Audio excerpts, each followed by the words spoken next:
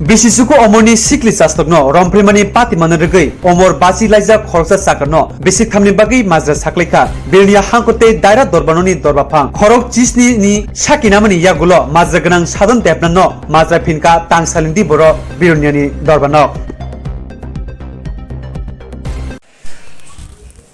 গত 9/3/2020 টান বিকাল 2টার সময় মনোবাজার থানাধীন কৃষ্ণনগর মৌজার অধীনে করলিয়া টিলায় এই জঘন্যতম অপরাধ গঠন হয়।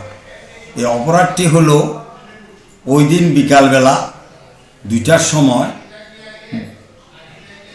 নাবালিকা 9 বছর বয়স পাশের বাড়ির আসামির বাড়িতে টিভি দেখতে যায়। ওই পাষণ্ড বিবাদী এই নাবালিকাকে একা পেয়ে তার রান্নাঘরে নিয়ে যায় এবং সেখানে তার বুক ধরে টিপে এবং তার যৌনাঙ্গে হাত দেয়। ইয়াতে মেয়ে চিৎকার করে এবং তার বাড়িতে গিয়ে তার মা বাবাকে উক্ত ঘটনা জানায়। জানাবার পরে ওই দিনেই তার মা সীমা দেবনাথ মনোবাজার থানায় ঘটনার বিবরণ জানাইয়া মনোবাজার থানায় মোকদ্দমা দায়ের করে। মোকদ্দমা দায়ের করার পর মনোবাজার থানার দারোগাবাবু তদন্ত করে মাননীয় স্পেশাল জাজ আশুতোষ পাণ্ডের আদালতে উক্ত মোকদ্দমা চার্জশিট দাখিল করে।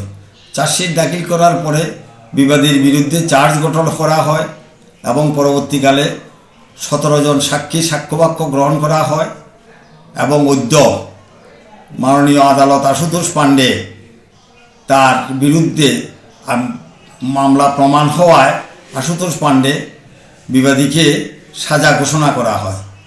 বিবাদীকে 3 বছরের সশ্রম কারাদণ্ড এবং 1000 টাকা জরিমানা করা হয়। 1000 টাকা দিতে না পারলে 1 মাসের জেল হয়। ইহাই ঘটনা। উক্ত মোকদ্দমা বাদীপক্ষ পরিচালনা করে প্রভাতচন্দ্র দত্ত স্পেশাল পিপি। কত ধারা, কোন ধারাতে সে মামলা? ফক্সো আইনের 8 ধারায় উক্ত মোকদ্দমা প্রমাণিত হয়। মামলার আয়ু কে ছিলেন? মামলার আয়ু ছিলেন হলো গোপাল শুক্ল দাস প্রথমে এবং শেষে সত্যরঞ্জন নন্দী। Thank you.